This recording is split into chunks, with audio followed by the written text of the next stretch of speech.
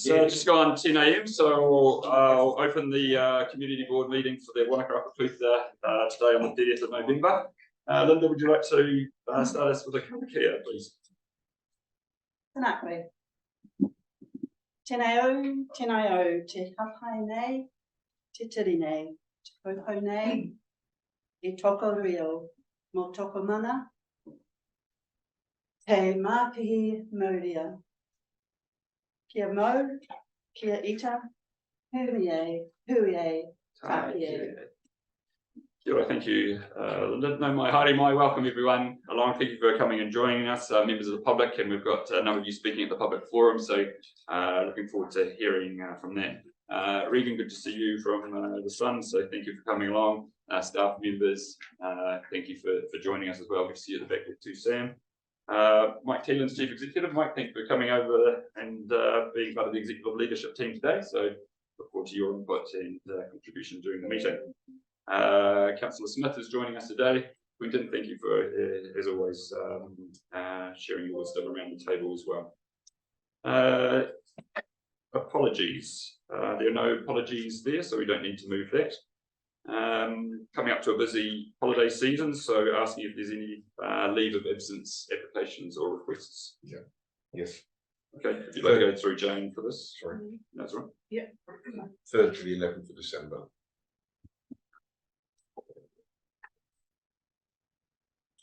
Everybody's go around the table. Lyle. No thanks. Oh, Lyle. You want me to go away at Christmas time? Oh, Christmas Day, I said to the council. You're always available. 365. Yeah, 4th to the 9th of December. 4th to the 9th of December. Cody? It doesn't present any conflicts for meetings, but I guess it's sort of clear. 15th of December to January the 5th. Very good. Linda? So 5th of December to 11th December and 11th December through to the 20th of January. Very good. Chris? Nothing for me. I'll be stuck at the cafe serving all our wonderful customers. Very good. No plugs during the leave of absences. Yeah, no, you didn't know which cafe it was. So. Okay, I'll move that those leaves of absence be approved. Do I have a seconder for that? Cody, all those in favour? Anyone against? Very good. Any conflicts of interest based on the agenda that is in front of us at the moment? Not for me. There's no matters lying on the table, so we'll move on from that. Great, we're into the public forum, which is one of the favourite parts. So we've got 4 speakers this morning that are going to present, and then we've got a deputation from Path Wānaka, and we're looking forward to that too. Nancy, please join us. So Nancy's from Friends of Bullock Creek, and as you know, Nancy, we have a sort of a 3-minute time frame, but we look forward to hearing your wisdom during that period. Thank you, Simon. So, Mr. Chair, Board, I'm speaking on behalf of Friends of Bullock Creek, the Guardians of Lake Wānaka, the Wānaka Lake Swimmers Club and Touchstone. Thank you for this opportunity to present. Firstly, congratulations on your very positive year as our community board. After the year, we believe that you as a board are listening to us, but on the ground, the outcomes which we have sought have not been achieved. From its spring-fed wetlands headwaters to Roy's Bay, Bullock Creek is under extraordinary environmental pressure through poorly managed urban development and climate change. Despite this emerging crisis, priority has not been given to strategic planning and infrastructure development at policy level. Wānaka needs to define and establish a best practice approach to managing water within its urban catchments in a way that supports and enhances the environment rather than degrading it. The year in review, priority for strategic planning and infrastructure development at policy level is not evident. Alternative sustainable solutions could have been achieved through variations to the deferred diversion project. The diversion project documents stress the necessity for protecting our environment from ongoing stormwater overflowing from the Alpha Series development. Another point is that the sediment pond has not been maintained, let alone cleaned out, as specified in the operations and maintenance agreement of 2016. On September the 13th, at a meeting with the Wānaka Retirement Village, the Mayor committed to having the sediment pond cleaned out, even if it requires getting the suction trucks in. The pond has since not been cleaned out, ongoing commentaries that the developer is required to install an outlet structure as part of the regulatory process. This requirement has not been met. 2 resource consents have been granted over the past year for further subdivisions where there is no available stormwater capacity in the system. The recent Enlightening Deep Lakes Forum held in Wānaka concluded that a technical advisory group involving freshwater experts is urgently required to support evidence-based management of land use activities to protect our deep water lakes. QLDC have been issued with an abatement notice and 3 infringement notices. The most recent was for flooding 2 months ago on the 21st of September. The Wānaka community is becoming increasingly concerned about the absence of urgent and substantive commitment by QLDC to protect Wānaka's iconic and sensitive natural environment. Our questions to you now are, is there short-term QLDC budgeted investment for evidence-based management of stormwater supported by mitigating infrastructure in the Roy's Bay catchment? Will there be a halt to resource consenting by QLDC for further subdivisions south of the Bullock Creek headwaters, where such consenting would result in increasing unmanaged and contaminated stormwater flowing into Roy's Bay? What is QLDC commitment to having the dysfunctional Alpha Series sediment pond cleaned out and maintained as specified under the original Maintenance and Operations Manual? What is the current engagement by QLDC with the developer concerning consent conditions, and what is the time frame of the developer's commitment, if any, to fulfilling their undertaking? Councillor Cox, what was your response from the Mayor to your questions raised at our meeting with you on site on the 15th of November? We'd like answers to these questions, and I'd like to table these questions to the meeting. So thank you. Thank you, Anthony. Just towards the Mike, there's been some questions, we won't go individually, but through the chair, is there anything that you can share with Friends of Bullock Creek as to addressing some of the questions raised through council? Well, I mean, the public forum's not really an inquiry forum, Sure. So But we are in dialogue with the developer on an ongoing basis, and obviously we're in dialogue with ORC as well. Can the community expect any meaningful progress in the next little while? Well, as I said, we're in dialogue with them. We're pursuing the normal course of action with them. So that's all I can answer. Okay, Mal, do you want to do anything? I can update Friends of Bullock Creek on the response and on the progress. Cool. I had from the PNI team. Cool. Will you better do that post meeting? Oh yeah, I'm good. Yeah, that'll be great. Thank you. Nancy, would you, if you're going to table those, we'll have to accept table questions, are we, for reference? Yeah, I'll take those. I'll take those. Thank you. And we'll share those and distribute those later on. So, yeah. Thank you. Thank you for presenting, and thank you for sharing those concerns. Thank you, Nancy. Thanks. How are you? Would you like to come up and have a chat to us, Andrew Howard? What hat have you got on today, Andy? Me. Yep, just me, individual. Yeah. So thank you for the time. This was actually a bit of a last minute thought around addressing the board in the public forum.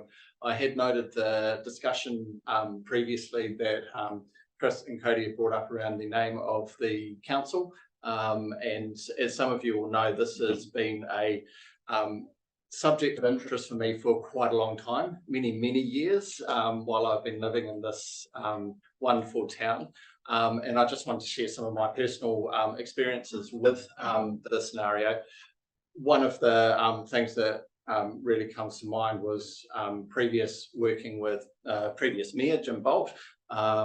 We had, through Wānaka Primary School, had worked with him on a campaign to stop the ministry requiring children to be standing on school buses.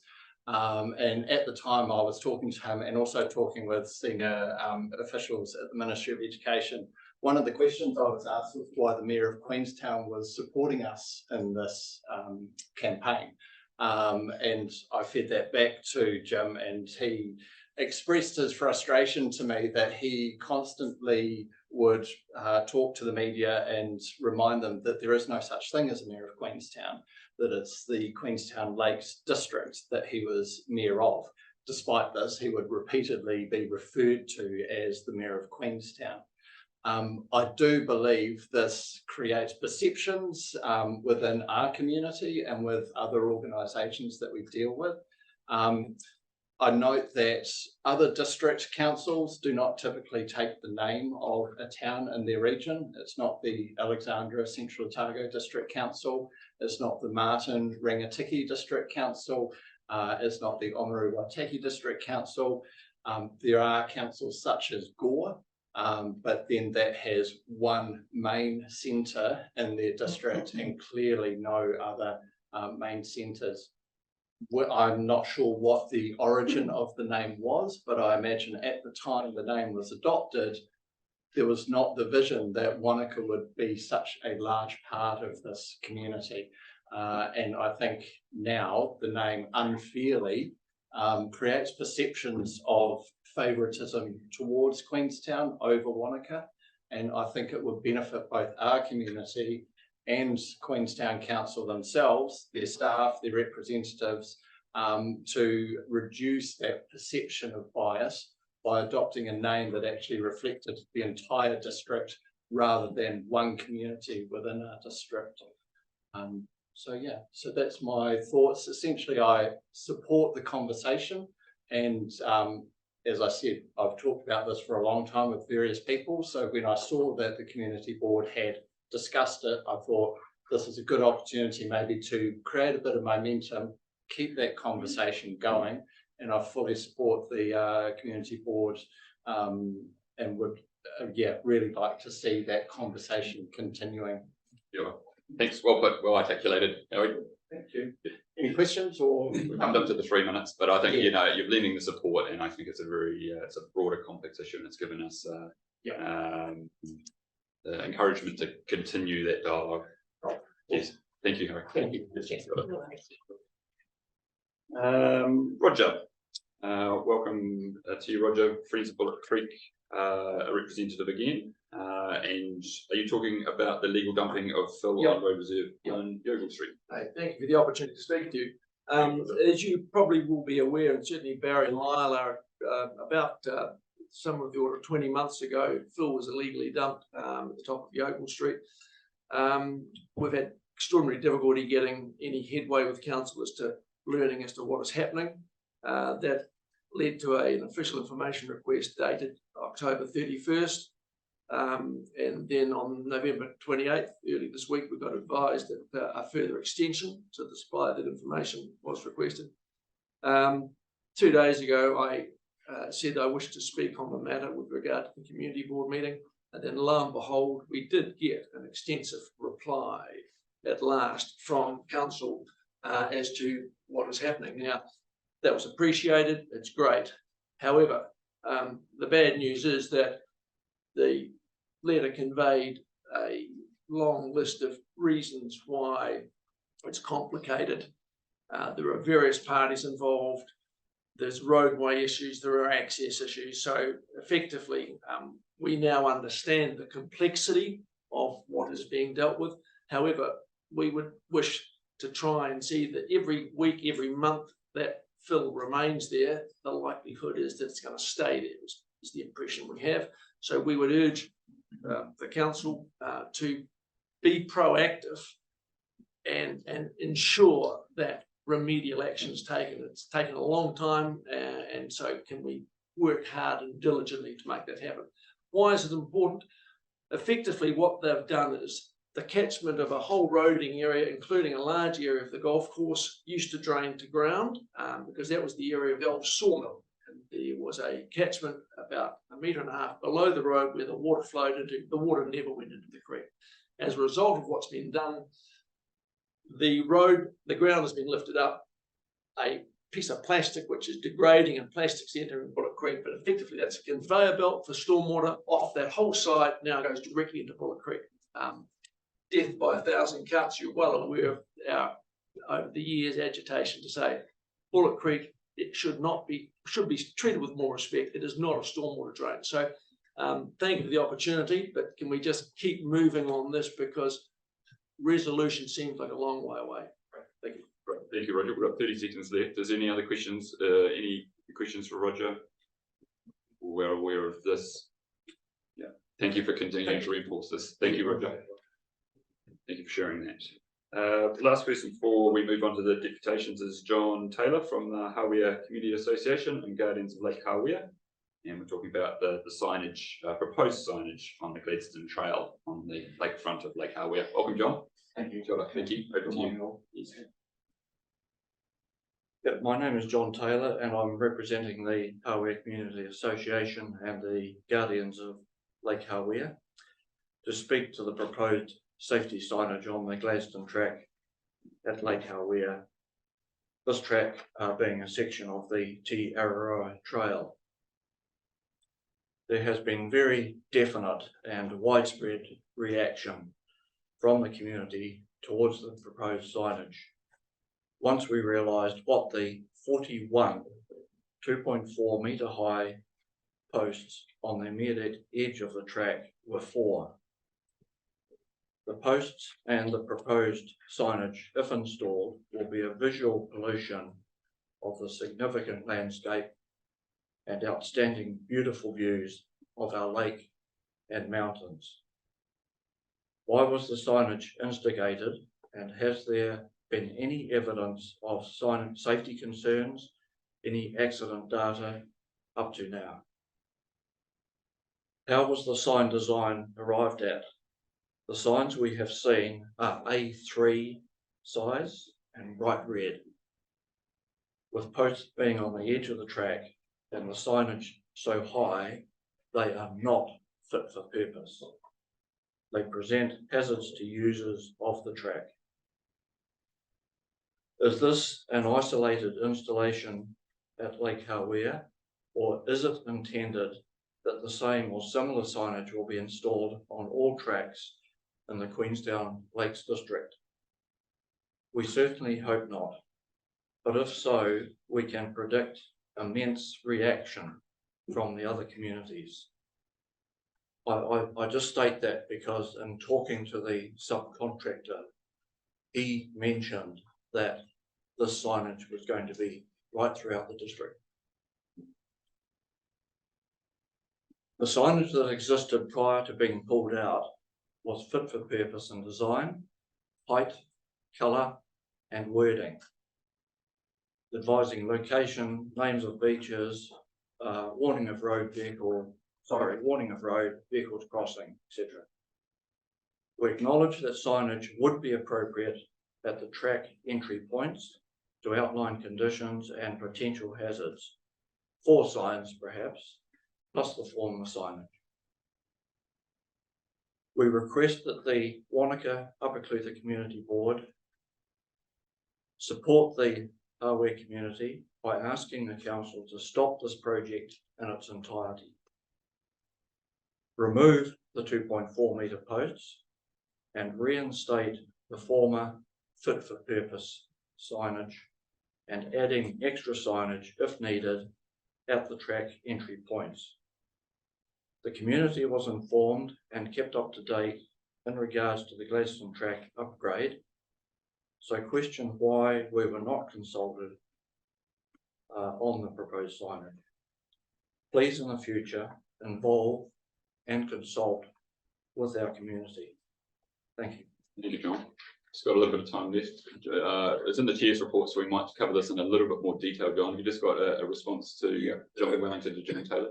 Yeah, so the board and councillors are certainly aware of the issue. There are ongoing discussions regarding this. There's certainly the general feeling is that it is an inappropriate level of signage. It seems to be based on a level of service that is deemed to be required for the Great Rides tracks, and it seems to be a possible idea of standardising signage. I've been involved in creating tracks community for 16 years, and I think it's totally over the top and unnecessary for this location. And as the board and the Upper Truth Collapse Trust are having discussions regarding this. So I can't speak for the whole board, but certainly for elements of it, we are particularly concerned about this issue and are working on it. Thank you, John. Thank you, John. You've raised something that's been front of mind for us over the last couple of months, and there's been a lot of discussion. So, as I said, it's in the chair's report, so we might, rather than the public forum, go into a little bit more depth at that stage. But thank you for highlighting that and taking the time to represent the community. Thanks, Simon. Thank you, John.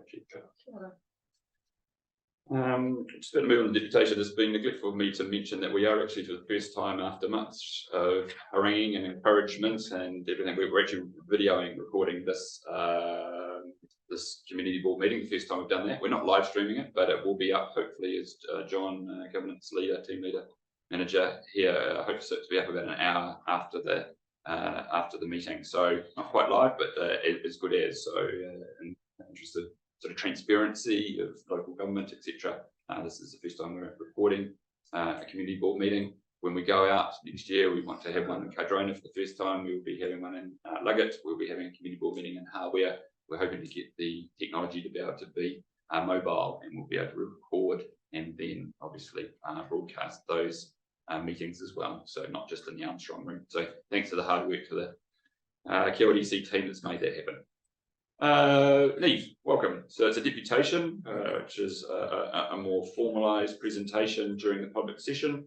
You have 5 minutes, and individuals, I'm sure I'm taking part of your preamble, Neve, but those that are unaware, Path Wānaka is the former Wānaka alcohol group, and we're looking forward to hearing what you have to share with us. Thank you, Neve. Thank you. Morena, kia ora, everyone. Neve Shaw is Anandon. My name is Neve Shaw. I am here as the chair of Path Wānaka, Auraki Wānaka, which, as Simon said, formerly the Wānaka Alcohol Group. The group has a venerable history with the community board because, in fact, its first chairperson was the chairperson of the community board at the time, Rachel Brown. I would also like to introduce the group's new coordinator, who's hiding down the back of the room, Ruth Heath. I have the pleasure of serving on the Mount Aspiring College board with Ruth, and she's also the general manager of the Festival of Colour, amongst many other good things. So we're thrilled to have her on board as on a part-time basis, working for Path. So I was trying to remember this morning whether I'd specifically spoken to the community board about Path Wānaka or the Wānaka Alcohol Group, and I don't believe I have. Right, great. So I'll give a very short overview of what the group is all about. In short, we are a collaborative group of agencies within the community, all of which work really closely with our whānau and youth. So these include representatives of the police, community networks Link, Te Kura o Tititia, Mount Aspiring College, Kahu Youth Trust, ADL, Students Against Dangerous Driving, Te Whatu Ora, which was previously Public Health South, Well South, and Te Hautoka, which is the newest member of our group. The purpose of the group is supporting parents in helping our youth deal with adult-sized problems. So the remit has broadened beyond alcohol use. So these areas are areas such as harmful substances generally, mental well-being, digital harm, and relationships. So the group does this through education, research, advocacy, collaborative dialogue, and supporting positive initiatives. So speaking of positive initiatives, the group has gone through a fairly significant change process over the last 18 months, including strategic planning earlier this year. One of the long-term strategies of the group is some dialogue and practical response around what sort of values we as a community want for our place and people, and always with our group, the focus being on youth, our young people. This is in fact one of the primary reasons that I remained with the group and stepped forward as chair after I wasn't formally assigned to it in my previous role as councillor, was that long-term work around the values of our community and the families that live here. So a couple of programs are available and which we're looking at, and I want to just emphasize that we haven't landed on any specific one. So there are a couple of programs available to work on the area of community well-being, safety and values. And we are one being Safe Communities, which is a national program generally rolled out by district or city councils. The focus of Safe Communities is on community building, including safety, health, well-being and development. Currently, there are 20 councils around the country that are accredited. There are 5 that are kind of flirting with the idea of becoming a safe community, and 7 who were safe communities and are no longer accredited. I presume they're still hopefully safe communities. So just an example of some of the initiatives. This is from Safe Communities Ashburton, and I'm not sure why I chose to have a look at the specifics of Ashburton, but some of the initiatives they're working under Safe Communities are a community transport service, which is a volunteer-driven service for people without transport, a community awareness campaign on theft, burglary, scams and fraud, and falls prevention, promoting local strength and balance classes for older adults, presumably quite targeted towards a specific demographic in that area. From PATH's perspective, another program we are considering getting involved in is Planet Youth, which is based on the Icelandic model. It's quite an extraordinary example. I'm not sure how many of you are aware of it, but back in the 90s, substance use and abuse amongst youth in Iceland was a growing problem, and the normal preventive measures, including educating young people about the dangers of drug use, didn't seem to be having any significant effect. So in 1997, a group of social scientists and policy wonks and people working with young people came together to formulate policies that could reverse that trend. So it was very much a collaborative model. The result was a prevention model based on collaboration between a number of stakeholders, for example, parents, teachers, community centres, sports clubs and other parties that work in the vicinity of children and young people. So how it actually works in practice is strengthening the support role of parents and schools and increasing opportunities for young people to engage in positive pursuits. So these are 2 programs that we are currently looking at. The purpose of this is really to give you a heads up and to ask for community board support in this. We're very fortunate in having Lyle Cox as our council representative for the last few months. Also, you'll be delighted to hear that there's something that you can do starting from now. We currently have, of course, the Wānaka Beer Fest is coming up on Saturday, and there are a number of banners on our public infrastructure that are promoting and publicising the Beer Fest, including 3 right beside the Wānaka Skate Park, which of course is one of the primary areas that our young people choose to congregate. Now, I have spoken to council staff about this, and it turns out that the banner and event signage policy was last updated in 2009. That policy is what informs what can actually be put on public infrastructure. And it's really all about the size of signs and appropriate images and colours, and very, very little to do with what sort of things we as a community actually want to be seen promoting on our public infrastructure. There are plenty of alternative avenues for organisers of events to advertise and publicise what they're going about doing. And I think it's in relation to what Howie said about perception. You know, sometimes you appreciate its journey and you just start small.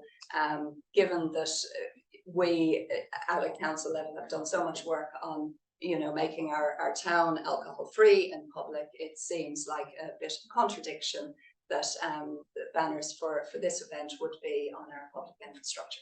So hopefully, and maybe you guys can make sure this happens, there will be a review of the banner and event signage policy, hopefully early next year. And it would be really wonderful if some thought could be put into what types of events we, as the community board, as a council, are willing to promote on our public infrastructure. Niamh, thank you very much for Thank you. that deputation. I had the pleasure, and I think Cody was there and I was there, of the panel discussion that you had at the Community Hub for Parents and Agencies 3 weeks ago, and I thought that panel was excellent. I thought it was very constructive, it was really engaging. I'd love to have seen more parents there, to be honest.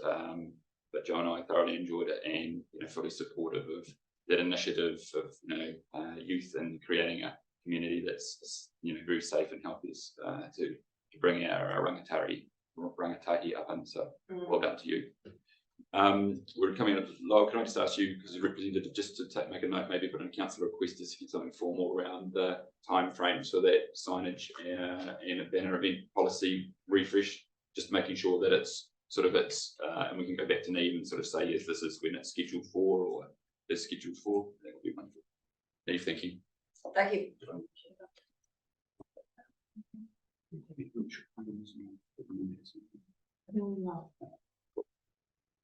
We'll continue on with the agenda, and this part of the agenda is confirming the agenda. Has anyone got any requests to change anything from the rest of the document? Very good. I'll therefore move that the board resolve to adopt the agenda without addition or alteration. Any seconders there? Barry, all those in favour? Aye. Carried. Confirmation of the minutes. So our last meeting was on the 12th of October. Has anyone seen anything of an anomaly in the minutes that doesn't reflect the what was discussed there?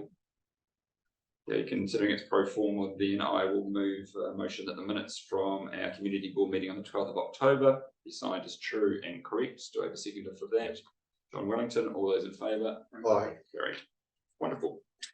So we'll get into the substantive matters of the agenda. So thank you for persevering with us. And the first one is we're looking forward to a New Year's Eve celebration in Wānaka. I must admit, I've lived here for a number of years, but only been to a couple of them, not in the last 5 years. So I'm looking forward to celebrating down on the 29th, 30th and 31st downtown.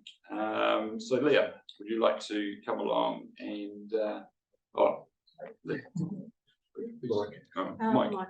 Sorry, Mike. Yeah, you're coming. I had Leah's name down here. I didn't see her. Good to see you, Mike. You've put this paper forward. So we're talking about a temporary road closure application. And thanks for the detailed report and the effort that's gone into that, Mike.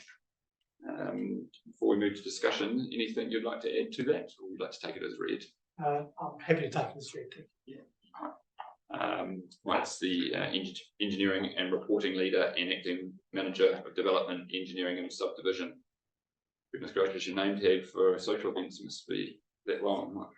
It's been updated. Right. The one that you don't have to pass out. Fantastic.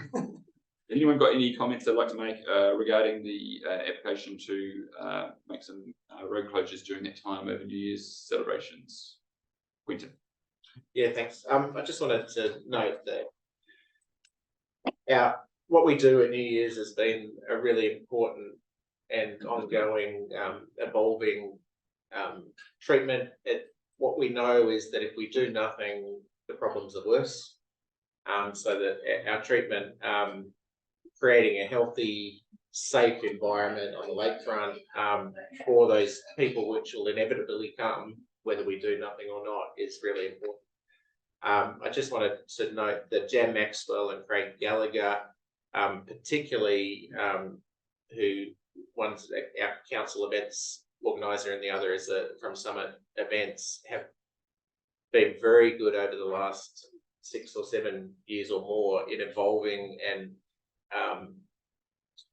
what we do to make it, to fine tune it. And every year we do something different to make it a little bit better. This, I think, is part of that. We know that, that this road closure is part of making that area safe for those periods of time. So, you know, it's not perfect, but it does serve a very valuable purpose, and this is an iteration of that, so I support it. Fantastic. Thanks for that context and support. Other observations or questions, Linda? Mike, just one thing I do notice is the extent of rubbish that just occurs. I don't see some bin allocations in here or numbers of bins or waste. And last year they were just left overflowing for quite a period of time during and after the event. So I just wondered on here if it's going to happen more bins or waste management applied to it this year. It seems that this year we just seem to feel like we're having more and more people arrive into the town early, and I think it's going to be a great grand event, and just the rubbish aspect to it. Okay. Is that outside your? This Yeah, is the road that's closure. Okay, outside so I think there's a bit I of just points. thought that might show in Okay. waste. We're going to have a workshop item that I'm pushing very hard for Maddie from Parks, and so have to come talk to the community board. It'll be on our 9th, is it the 6th or the 9th, whatever, there to try and get that latest update. And maybe when you guys meet with Mike from Craig from Summit this Hopefully week, that'll be Friday. yeah. We can kind of expand on Yeah, that. I think Thanks, so. Mike. So this is focused on the road closure. Any other comments? Just a quick question. Yep. Here, I assume this is similar to last year, the same as last year? Yes. I don't think it is the same as last year, to be fair. There's one minor We've lay-by. changed it to close the lay-by earlier in order to allow that area to be managed better. That's right. That's the only There's a change. timing change as opposed to a layout change. But I think that was when we met with Sergeant at Police, who encouraged, who said this makes a meaningful difference for their ability to keep people safe. And some of the reasons for that is people would leave their cars in early with grog in the back seats, so that then they could access the grog within the area. So you know that it allows the area to be managed earlier and stop that sort of early intervention, allow that early intervention, among other things. Safe environment on the lakefront as well during the day. Very good. So I will therefore put the motion that we note the contents of the report, approve the temporary road closure as outlined between the 29th and the 1st of December and the 1st of January 2024. So it's a motion. Would someone like to move the motion that I just outlined there? Just you'd like to move that? Anyone like to get Linda to second that? Thank you, Linda. All those in favour? All right, anyone against? That motion is carried unanimously. Thank you, Mike, for representing that. Thanks for Leah for putting her effort into the report. To be passed that on to her, and look forward to a great celebration and a safe celebration over the festive season. Thank you. And I'm also presenting the next item as well. So Don't go anywhere, Mike. We've got that list for you as well as he turns the page. We often get these requests to occupy road reserve, and there's a license for that. And this one's in Dublin Bay and Wānaka. It's a domestic water pipe that is going under the road there. It's been in the paper has been in the agenda for some time now. Anything else to comment on that, Mike? no. Looks like a reason. I won't repeat it, but it looks reasonably straightforward there to get water from one side of the road to the other for a new building platform. Have you looked through? Lyle, have you got a question or a I'm going to move it. Okay. Has anyone else got anything that's a reasonably functionary one? Yeah. Okay. We don't want to be an impediment to this, so we will note the contents of the report and grant a license to occupy the road reserve to install a water pipe on Dublin Bay Road.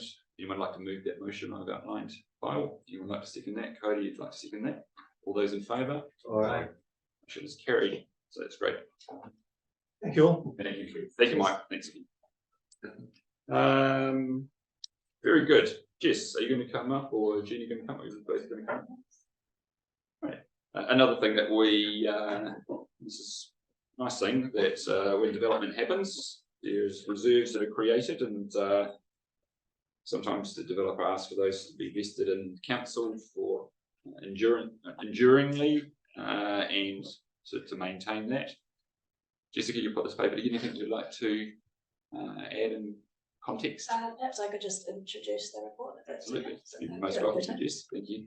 So the purpose of this report is to recommend to council to approve the vesting of 2 small local purpose reserves. One is here in Wānaka and another one is in Lake Hawea. Both of the local purpose reserves will provide connection and access, and the one in Wānaka will also contain underground services. If you answer any questions. Fantastic. And there's 2 there. So if there's specific questions, just let us know which ones they're, or comments, which one they're relating to. I've had a good read and I have no comments. Has anyone else got any questions or comments they would like to make? Just, I think it's good that we're picking up these connections in these communities. When we get subdivisions, we've seen so many when there's been missing links between them. So very supportive of creating these links between new developments. You could almost say that there needs to be a couple more of them, yeah, to be honest. Quentin. Can you just confirm why are we not vesting lot 100 as well as a recreational reserve today? Have we done that previously? It's a stormwater reserve. There's a detention basin. What's right? It's a Not 100 in the Lake Hawea one as a stormwater reserve, so it doesn't have any. So you could do that under the delegation, there's no. Yeah. And there's no recreation reserves other than access proposed in these. In those 2 reserves, correct. How does that fit with our parks and open spaces strategy? Are you comfortable that there's no additional recreation reserves in these spaces? So those developers will be paying reserve land contributions. The North Lake one connects through to the building restriction area, so the land in between North Lake and the outlet campground. And so is the building restriction area a public access area? So does this access actually lead to a public place? That's what I've been looking into, and apologies, I'm not entirely familiar with the. Are you saying it's a road to nowhere then? There's a risk that it's road to nowhere, and I mean this was the point I was going to make, and I've made previously in almost every time we have these reserve vested, is the integration of what we do both in terms of roading and connectivity is really important. So we need to have the context in which does this join to a public space, otherwise we are creating roads to nowhere. Now there are the context of the North Lake structure plan, for instance, would be useful here because that would inform that. Equally, having a predetermined strategy with a developer like this in order to ensure the linkages are meaningful is really important. But what I would say is that the Hawea subdivision, I would put in the basket of an incredibly poor subdivision design in terms of interconnectivity with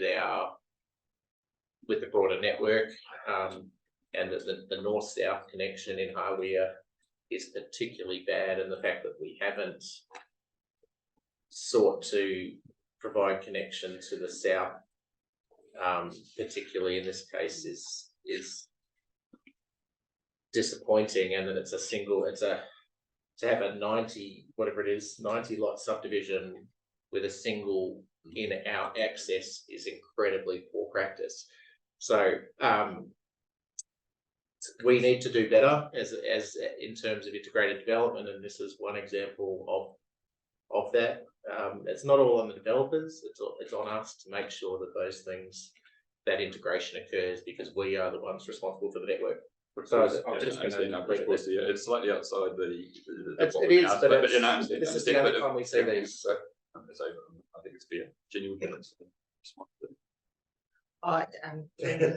Chair, thank you, Quentin. We've had this discussion previously, and we agree the challenge of ensuring quality connections in subdivisions is something we continue to work on.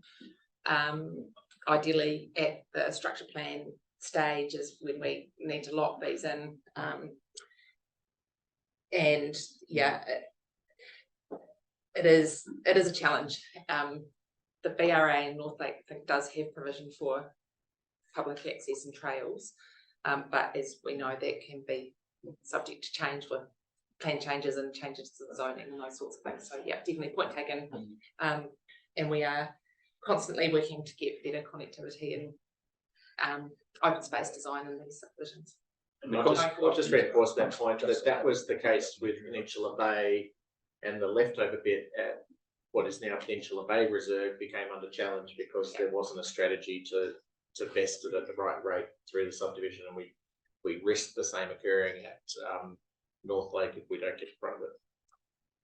Just to add a further comment to that, we have changed our processes since Peninsula Bay, where we do require reserve land to be vested up front, so that does avoid the risk of developers coming back and trying to change things. Decision by the chair. Yeah. So no, Laura, your comment. Anyway. Oh, and yeah. as a parent, is it just in context of this pathway, it's not a road to nowhere, it's an access way to possibly somewhere. Potential future. Potential. Does that change you wanting to put this paper? Because if we are actually going and it's a really interesting point that we weren't showing any context. You sort of assume that once you're going out, it's going somewhere. If it's going, you said, into a building restriction area, but might not be public. No, I said, as I understand it, it is public. I mean, but I appreciate that. Yes, that's the broader context. Can you just explain what a building restriction area would be used for? Well, obviously, no buildings, but what I mean is in the structural plan. What's that space? Where's this pathway heading to? It depends on the development. Often those are vested as reserve because they can't develop them. But sometimes they do retained in private ownership, the developer, and privately maintained. Certainly Jack's Point, they're called different things in different developments, but they do often have easements through them as well to enable that public access. So it does come back to that, what was enabled through the structure plan at the time. I think what we've got is, it might, people use the phrase it's a connection to nowhere, but it's a connection to somewhere in the future as well. So don't forget, if we didn't put this in, then we would never have the opportunity to get a connection. Good point, but it might not be providing utility that we sort of expect. Well, I can take some comfort from the fact that this is at least the one developer is doing the whole thing. So if he's putting in an access way, we can assume that he's got a reason for it. So, but we need to have we don't always have that comfort that and as in the case with the other one, the adjoining landowners aren't controlled by the developer. So anyway, I just want to make that point. It's something I've hammered away at for a number of years, and it's something that continues to pop up. So I'm not suggesting we don't invest these reserves. John, I do think it's quite useful in the report just to see what is outside the zone, just so that we can see what it's connecting to. I actually went and looked at that on the Orchard Road one, and I saw what the connection was, and it made sense. But having that context in the report, I think, would be really useful. Good discussion. Anyone else like to make any points, ask any questions? Okay, so the motion that will be put is to note the contents of this report to recommend to council the vesting of 2 reserves, one in North Lake and one in Orchard Road, subject to the works being undertaken at its expense. Would someone like to move that motion? I'll move that. Okay, so I'll get John to move that and Barry to second that. All those in favour? Anyone against? What motion is carried? Thanks, Tim. Thank you. Thanks for coming. Jess, thanks for putting that together and speaking to that at the start. So thank you. Very good. We're into the final item of the agenda, which is the chair's report. There's a few things that we're going to cover off here. I will speak to the fact that we had that summer days and the Share With Us session yesterday, or glorious afternoon, 3 to 5 down at Dinosaur Park. I don't think Barry could make it, but everyone else was there. I really appreciate that. I think it was a really good vibe. It was really well attended. And I'll be honest, I went and spoke to probably, if not 20, 15 people that were there, adults that were there, most of them the demographic of mothers or caregivers with younger children, and to a T, I always ask two questions: what do you enjoy living in Wānaka at the moment? What do you enjoy most about it? And what would something that we could do to improve, that? And I'll be honest that the first question was answered vociferously about why they're loving it, and the question around, what we could do to improve. I mean, people were struggling a little bit with that. House prices always comes up. So I understand it's a little bit outside our lever. We all wanted more events like this. But I think it really goes to show when we go and engage with a different part of the community and a different demographic, people were really, really happy on the main. So sometimes we can sort of get a bit beaten up, but it was quite nice to have that.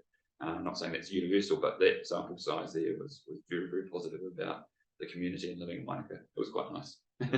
And were the sausages improved? I'm not sure the sausages improved. Someone told me they'd moved from pans to hellers, but I don't know. They were hellers. They were hellers, but you can still have a very breaded hellers sausage. Good point. Okay, I just want to make that observation. So I'll throw it open. We've got some things to talk to. Cody? I was just going to follow up.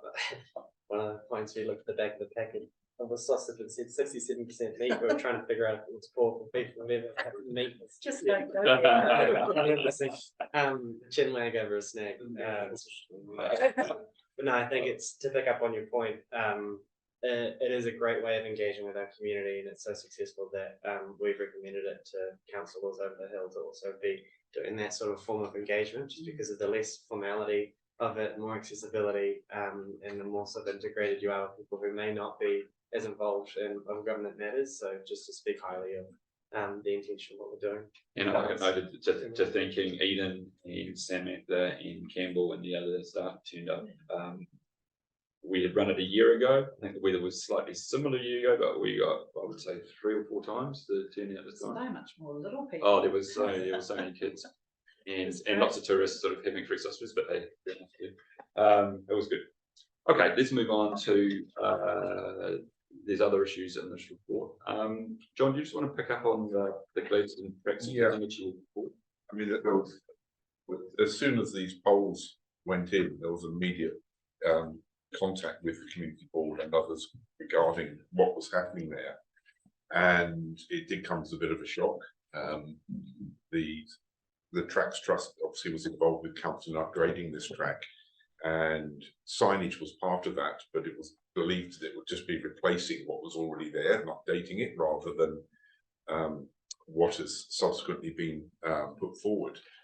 I would say that 41 signs in 20 locations over a 6-kilometre track means that you'd expect a metre sign every 300 metres, which is totally beyond any conception that I can see as being required on that sort of level of track. There has been discussion going on regarding the background of this, and initially the response was an MB requirement and the National Cycle Trails requirement. These tracks in the Upper Clutha are not MB tracks, they're not national cycle tracks.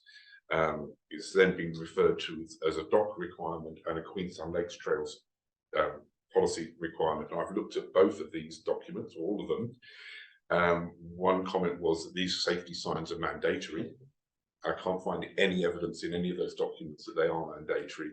So discussions are still going on with council department regarding what's happening here, but potentially this is going to be rolled out across the whole district. So I can't imagine how many of these signs, if this goes ahead, will be required between here and Glendew Bay. You'll be tripping over them. So there is some more work to be done, and just try to understand where this concept of a mandatory safety sign has come from, and also the design. I mean, the issue in the background of this as well is that over in the Queenstown Lakes, with the Great Ride was developed, standard signage was developed for the whole basin, and unfortunately no thought was given to that and doing it to the whole district rather than just the basin.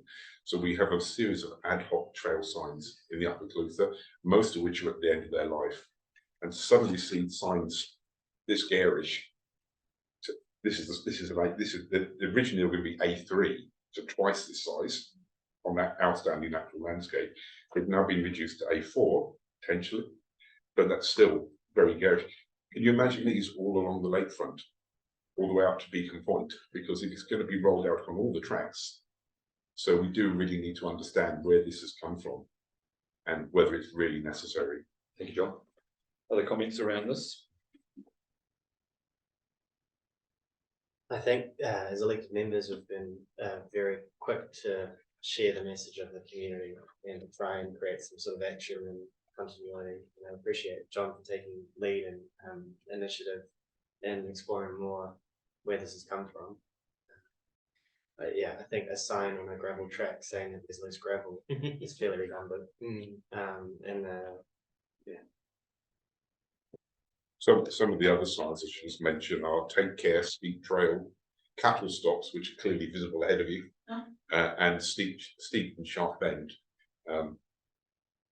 It's probably one of our better quality trucks now, and it's been upgraded. And to be fair, it's not a great ride. It's not designed for a trade. It's more for locals. Visitors do use it, but in terms of novice riders, they're only going to be novice for a short while on that. We're not pulling in loads of novice riders to these sort of tracks. So it is understanding the philosophy behind this is the issue. I wonder how that sits with mana whenua principles and values of the tracks, and the sense of that sort of signage. Yeah.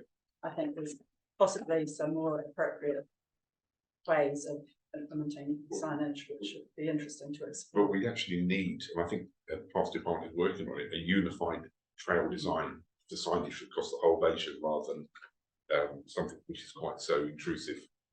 And that turning up track by track and on an ad hoc basis. I think what I was a little bit disappointed was when we raised with staff that the team lent on an email that had been sent out in November 22, which was an update of that whole trail development. That was probably, was it a page and a half of everything that was happening around the Gladstone Trail. And they were saying that we were consulted on because in one paragraph on the second page that said this will include some signage. That was the only reference, and that was taken as being an indication that we had been informed about it. So I was a little bit disappointed with that, with the magnitude of what was what was going to be rolled out. Certainly wasn't reflected in a 2-word statement and amongst something else. So I think there could have been a greater engagement. Okay, so I think you're working, continuing behind the scenes. To work behind the scenes on this. Well, not behind the scenes, with staff and encouraging them and supporting them and reflecting the community's desires and causing maybe a different approach to this situation. Okay.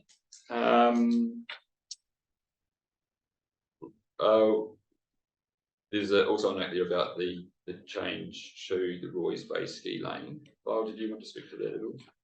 Oh yeah, it's good to get that out there. I just wanted to raise a point. I think I might have been misunderstood. We had a workshop on this, and I wrongly said it was a delegation to the community board to make a very community board meeting, and I got corrected on that. But what I was really after was such a significant thing for the community of Wānaka. It would be good to have it as an agenda item, and then we could endorse it as a political endorsement for our staff delegation. And that's what I was aiming for there. But we've got it on the chair's report, but I still think this sort of thing in the future should be as an agenda item, formalised the board, gives that community board political support for staff delegation. So it might just be we endorse it or we recommend it. We do recommendations. So if we haven't got full delegation, it'd be still good to see, because the report we got at the workshop was very good and could have been straight into here. So that was what I was aiming for, rather than trying to get the delegation changed. But that's I sort of mentioned that. The other one from my report I forgot to mention in the under the Wheels to Dunstan, just to understand there's about 45 volunteer drivers on the roster for doing that work at the moment. They're always looking for more. It's not a cumbersome. They might do a couple of days a month or every 2 or 3 months. So it seems to work pretty well. But at some stage they're looking at noting that the main movement is from here to Cromwell to catch the shuttle to Dunedin from there. So it's a matter of whether in the future who picks up that, whether it continue to run by like volunteer groups or whether St John or the government will pick it up, a more formalised thing to try and connect us, our area, to the hospital of Dunedin. Anyway, they're well organised and we'll keep ticking over. Just picking up on the ski line. Sorry. Yeah, which would give you two things. Mike, I think I just support Lyle's comments there, that I know that technically the closure of the Roy's Bay ski lane wasn't a delegation. Yeah, it wasn't a delegation. But I think we had a really constructive meeting with the team, the council staff team at that workshop. And we just thought by bringing it here, we would have affirmed it, we would have endorsed it. It would sort of maybe become in the media and get some more profile. And it could be slightly contentious for those people that have always skied off there at New Year's and no longer can use that as a ski lane on the waterfront, showing that we did have support. So, you know, we're just hoping that maybe there is a way that some of these things that technically don't need to be coming to the public community board meeting may to help promote, socialise, endorse, support, you know, there might be scope to be a little bit more flexible in some of those situations. I think in the email I sent you, I indicated that we were happy to do that, but we're not going to be bound to that. There are things that we will need to take action on in a proactive manner.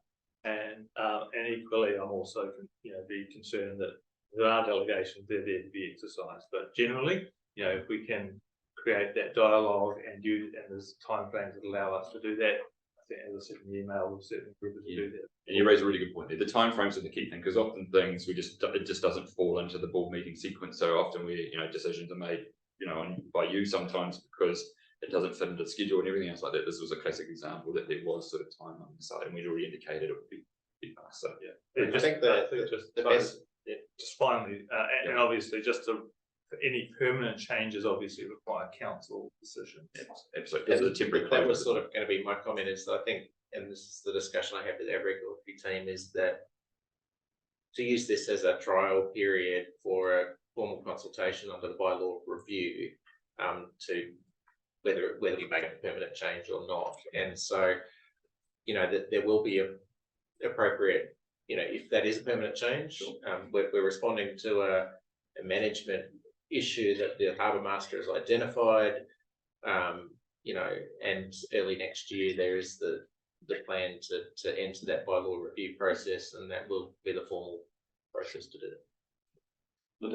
Just a couple of things. Does the ski lane include jet skis? One or two of the comments and feedback we got publicly through to the community board last year were visitors who just commented that the thing that destroyed the lakefront was actually the jet skis zooming up to the foreshore. And is that bound by the ski lane, or are they allowed to just access anywhere along the lakefront foreshore? They're allowed to. You've got to 200 metres out. You've got to slow down to 5 knots, and that's all around any shore. So yes, they can come into Roy's Bay, but when the ski lane there, they shouldn't come up.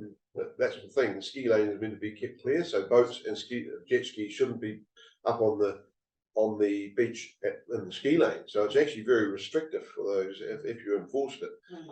So yes, we take away the ski lane, they can come up to the beach all along there, as long as they do 5 knots from 200 metres in.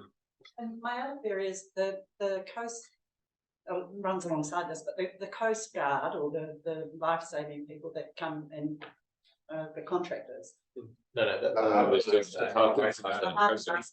just distinctly different thing. Yeah, so I'm just wondering why in their mind they feel they have the right to drive up on the lakefront along to where they're going to put their flags up for the day and keep the car on the lakefront. It's just a little thing, but it just encourages other people to think that that's okay to do the same. Not sure why they just don't park and that's walk. something really about it. Take up offline. Well, one assumes it's there because it gives, again, they have their logo vehicles. They're quite different to other vehicles. Hopefully that seeing a logo Coast Guard vehicle or a logo Harbour Master vehicle shouldn't be an encouragement to any third party, but it does create a bit more visual presence for them. They do hit your flags fine. They are very visual. It's certainly present with them. Having a comment that I launched a jet ski at Glendead Bay on the weekend, and the Coast Guard was there handing out flyers for information around the safety and regulation, which was a really effective way at the boat ramps to inform, which is what we always want to try and do. So yeah, the harbour master or first Cougar security. Okay. The Cougar security. Yeah. anyway, they're out there doing it. Very good. Other questions around or comments around sector engagement reports? Thanks everyone who put again, it was a full royal flush of everyone contributing to the chair's report. Can I just add a couple of things? Sure. Unbeknownst to me, somebody came into the cafe a couple of weeks ago and said, "I've got a dibble I want to give to the community, and that is progressing." And I went, "Sure, what's a dibble?" Well, a dibble, for those of you that haven't seen it, he is an 80-year-old internationally famous bronze sculpting person. Long story short, the Arts Trust had its AGM yesterday. We walked down to the lakefront. They want to put it somewhere down by the water sports facility. And if you know that area, there is a tree stump about where they want to put it. Things are progressing really well. We're going down the legal path next to make sure that they sign the ownership over to the Arts Trust so that it will be ours in perpetuity. The other thing that happened, the Wills to Dunstan thing that you mentioned, one of my regular customers was suffering a life-threatening moment, shall we say, about 2 or 3 weeks ago. Couldn't get an ambulance. Anyway, long story short, the lack of emergency or ambulance being available at the time is now being escalated to Wellington with regards to what we do with life-threatening situations with one ambulance that we already have that's halfway to Dunstan.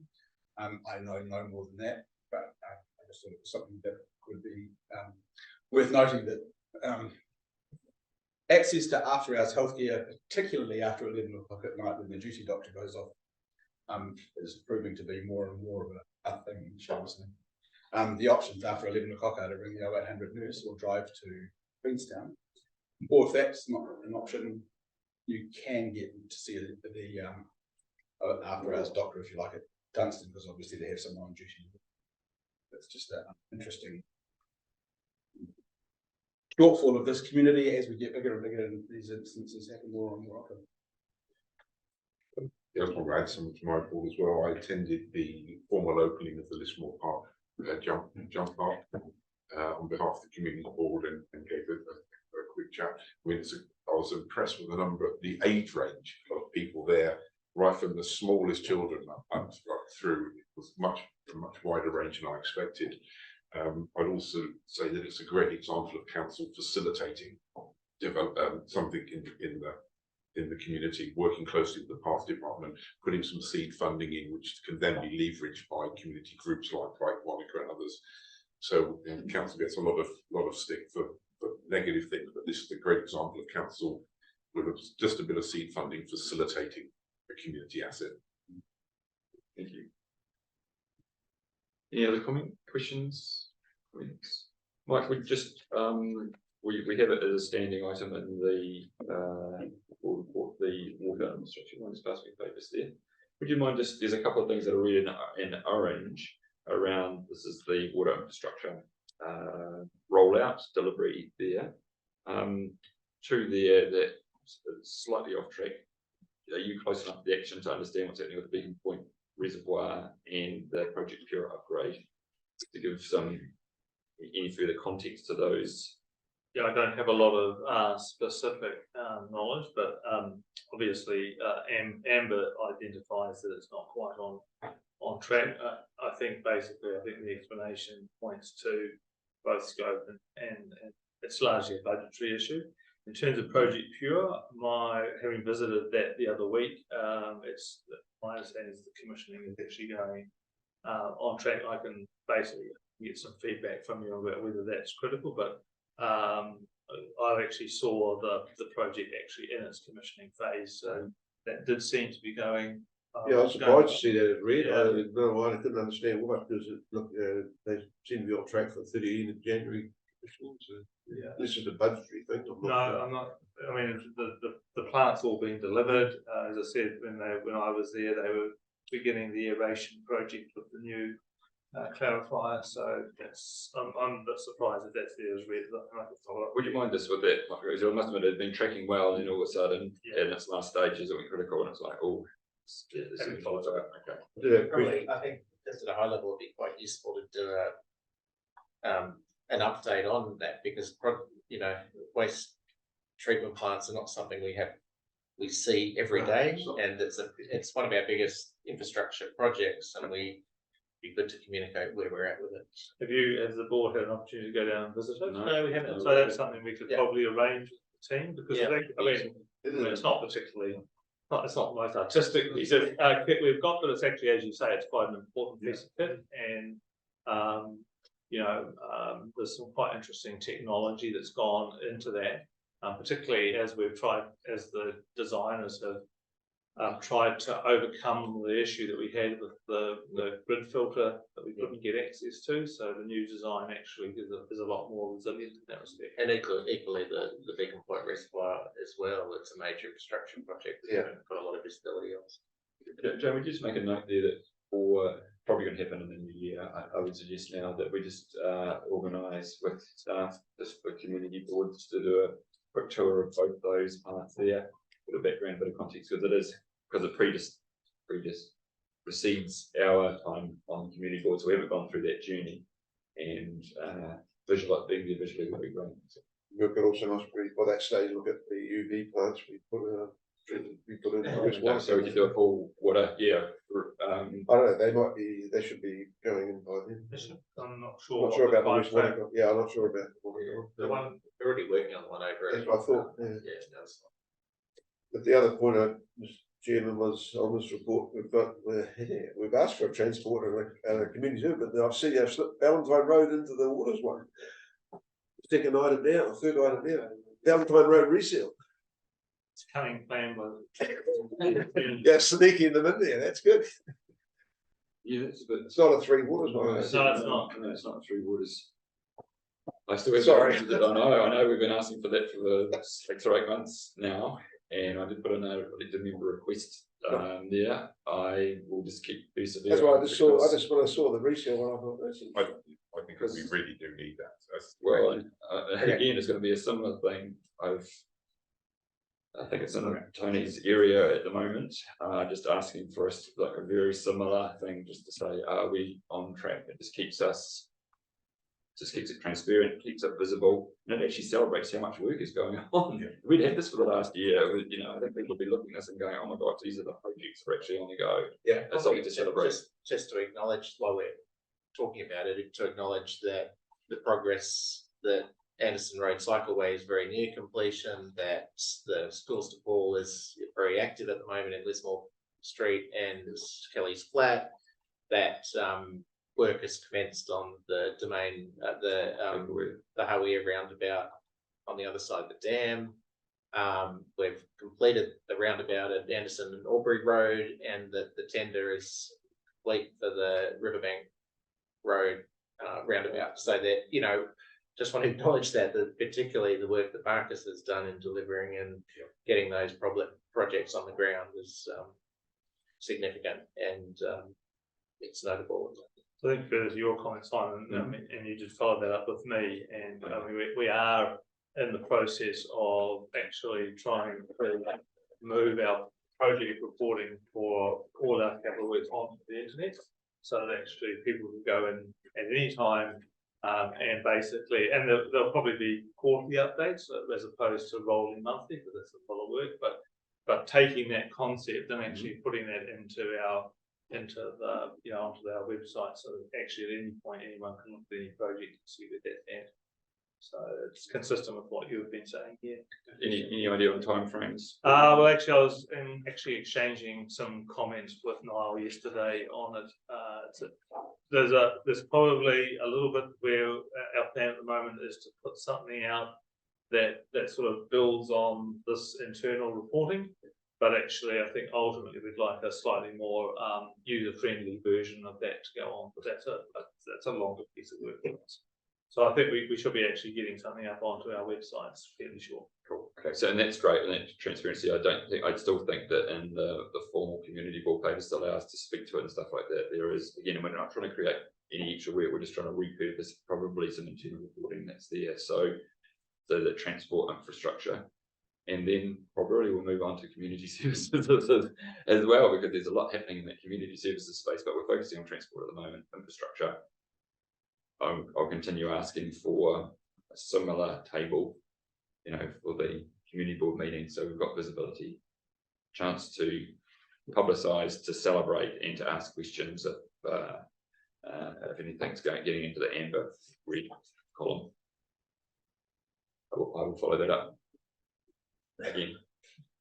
Is there anything else before we move on from the chair's report? Anything else? Any comments, questions?